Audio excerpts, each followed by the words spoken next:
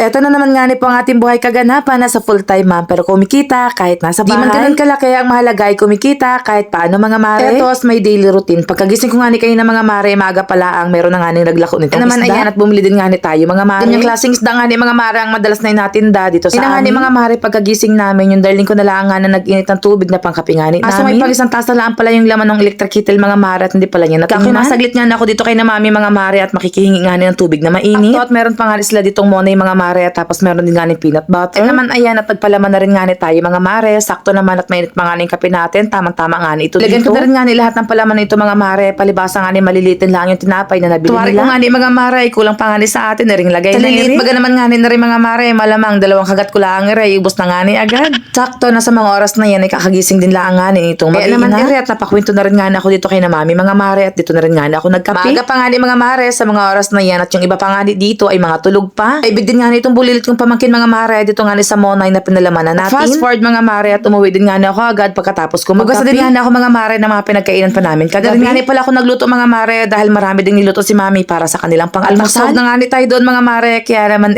nakalibre na naman nga tayo for today's video. Iba-iba pala kapag maga nakakapangapit bahay. Isang talaga mga mare kakaunti din lang nga yung mga hugasin natin. Alam niyo na kapag ganyan wala tayong samod kumain mga mare. Minsan ay ganun nga tayo mga mare pero kapag tinupak naman tayo ay talaga namang wala nga tayong tigil sa kakakain. Nagwalis na rin nga ako dito sa may terrace mga mare at nang sa ganun nga maaga tayo makatapos sa gawaing bahay. Makikita nyo lang talaga mga mare literal na mas makalat nga ngayon kaysa nga sa kahapon. Nga ng mga manok natin mga mare labas-masok nga dito sa may terrace namin. Kuminsan nga mga mare talaga naman dito pa nga sa sahig natin na dumi ay naku naman talaga namang inapahirapan si Marinyo. Ayun kahit sobrang laking tao nga natin mga mare talaga naman nakakaramdam din nga ng pagod si Marinyo. Initan nga tayo kanina mga mare habang nagalinis tayo kaya naman kakoy maligo nga muna ako bago ko nga iarin itong nagawa naman ito at pagkatapos nga lumigo mga mare pinunasan ko nga agad itong ating pintuan. Hindi nga pwedeng hindi natin napunasan ito mga mare araw-araw. Talaga namang anong pagkabilis ng oras natin ngayon mga mare tanghali na nga agad kaya naman nagamadali na rin nga tayo. Marami pa rin tayong gawain mga mare pagkatapos natin din. Naglampasan na rin nga ako ng sahig mga mare at hindi talaga pwede na hindi tayo magalampasan mga mare sa loob ng isang pakiramdam ko baga mga mare anong lagkit ng sahig kapag nalipasan. At ganito lang nga mga mare kasimple ang aming buhay dito sa aming probinsya. At hanggang dito na lang mga mare. Salamat po sa inyong panonood.